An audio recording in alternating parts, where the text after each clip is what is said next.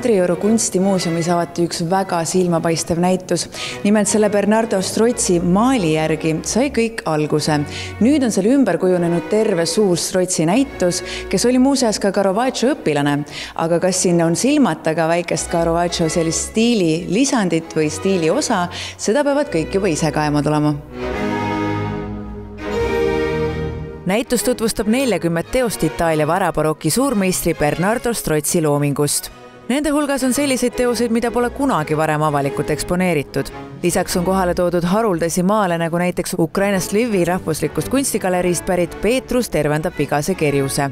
Strozzi, kes elas 17. sajandi alguses, oli üks Genova ja Veneetsia tunnustutamaid kunstnikke, kuid on jäänud tihti Caravaggio varju.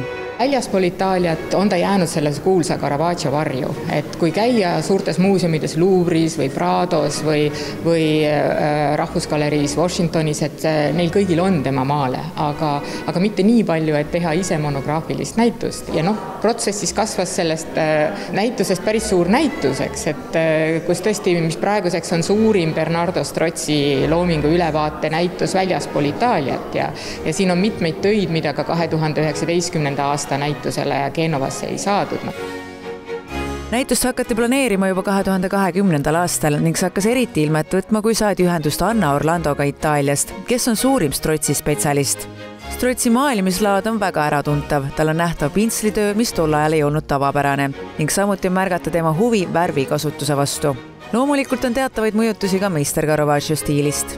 He was a bit younger than Caravaggio, so he studied this new art as a new discover.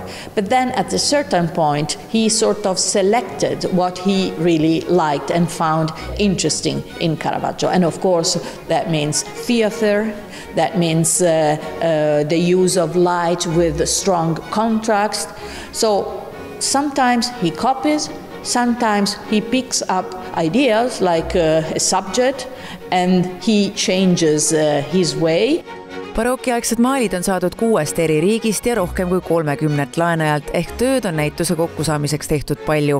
Barokk oli kahtlemata, kus see jõud, dünaamika ja küllus on vast meie selles euroopalikus kunstiajaloos oma tipus. Barokk ei käsitlegi väga selliseid asendavaid teemasid, ta ei ole ühiskonnakriitiline, ta ongi selline, siin on ilusad inimesed, palju kannatüürmorte, kus on luksuslikud lauad ja nii edasi. Ja kus siis veel vaadata baroki stiilis näitust, kui mitte samas stiilis Kadrioru kunstimuuseumi hoones. Näituse näol on tegu justkui kingitusega 25-aastaseks saanud muuseumi poolt kõikidele kunstisõpradele.